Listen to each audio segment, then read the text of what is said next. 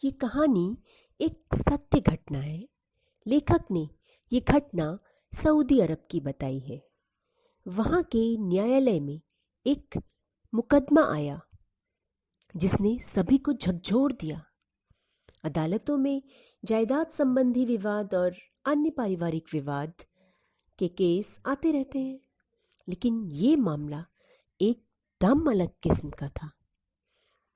एक 70 साल के बूढ़े व्यक्ति ने, ध्यान दीजिए, मुकदमा करने वाले की उम्र 70 साल है, उसने अपने 80 साल के बड़े भाई पर मुकदमा किया।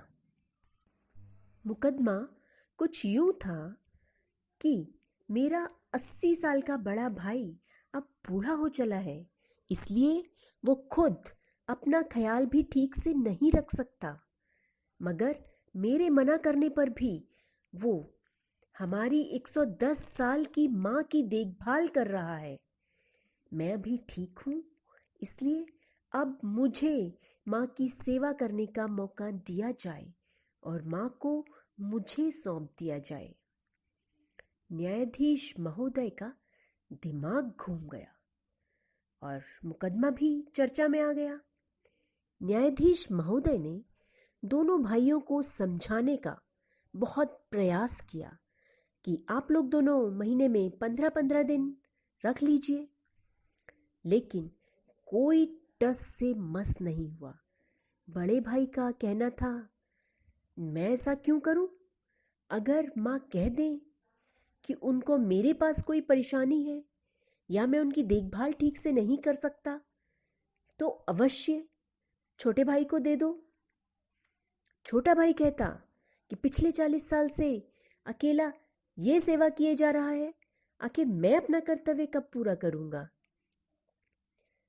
परेशान न्यायाधीश महोदय ने सभी प्रयास किए, मगर कोई हल नहीं निकला।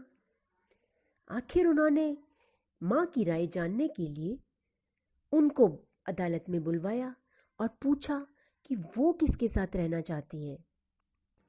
माँ कुल 39-40 किलो की बेहद कमजोर सी औरत थी, जो बड़ी मुश्किल से व्हील चेयर पर आई। उसने दुखी दिल से कहा कि मेरे लिए मेरी दोनों संतान बराबर हैं। मैं किसी एक के पक्ष में फैसला सुनाकर दूसरे का दिल नहीं दुखा सकती। आप न्यायाधीश हैं, निर्णय करना आपका काम है। जो आपका निर्णय होगा मैं उसको मान लूंगी। आखिर न्यायाधीश महोदय ने भारी मन से निर्णय दिया कि न्यायालय छोटे भाई की भावनाओं से सहमत है कि बड़ा भाई वाकई में बूढ़ा और कमजोर है। ऐसे में माँ की सेवा की जिम्मेदारी छोटे भाई को दी जाती है।